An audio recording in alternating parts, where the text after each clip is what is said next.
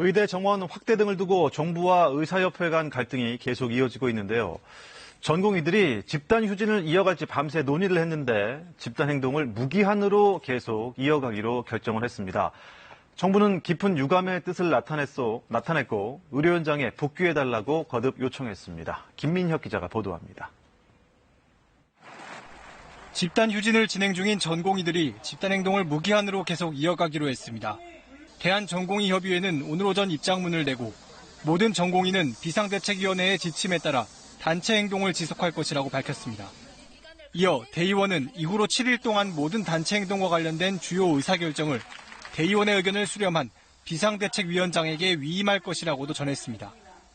이로써 의대 정원 확대와 공공의대 설립 등 정부 의료정책에 반대하고 있는 전공의들의 집단행동은 무기한으로 이어질 것으로 보입니다.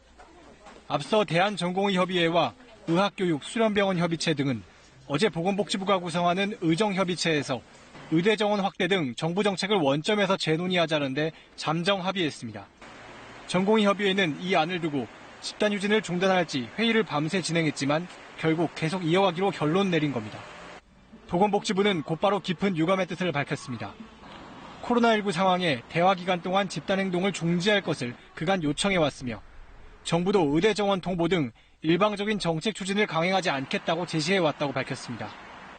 또 국회에서는 한정혜 보건복지위원장이 전공의협의회와 만나 의료 전문가 집단이 포함된 국회 내 협의기구를 설치해 모든 가능성을 열어놓고 논의하기로 했었다고 전했습니다. 이처럼 정부와 의료계 사이 갈등이 계속되는 가운데 전공의들의 휴진 참여율은 약 76%에 달하고 있습니다. 일부 대형 병원에서는 수술과 외래 진료가 축소되는 등 환자 불편도 이어지고 있습니다.